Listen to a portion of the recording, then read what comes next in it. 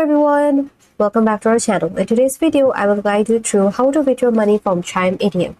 So Chime withdrawals are available at ATMs. You can also request a cash withdrawals by going into bank or credit union and present your Chime Visa debit card or Chime Secure Credit Builder Visa credit card over the counter by going into a bank or credit union. This is referred to as an over-the-counter or OTC withdrawal, and there is like $2.50 per transaction fee every time you make a cash withdrawal from and out of network ATMs and over the counter. Additionally, the out-of-network ATMs provider may charge you an additional fee at their discretion.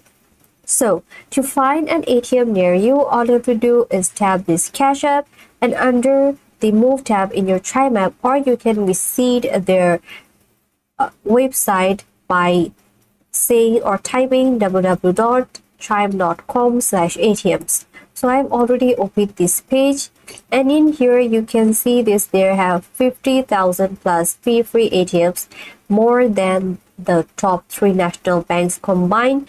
You can also find a convenient ATM near you with your Chime app and get fee-free overdraft up to $200 on cash withdrawals with SpotMe.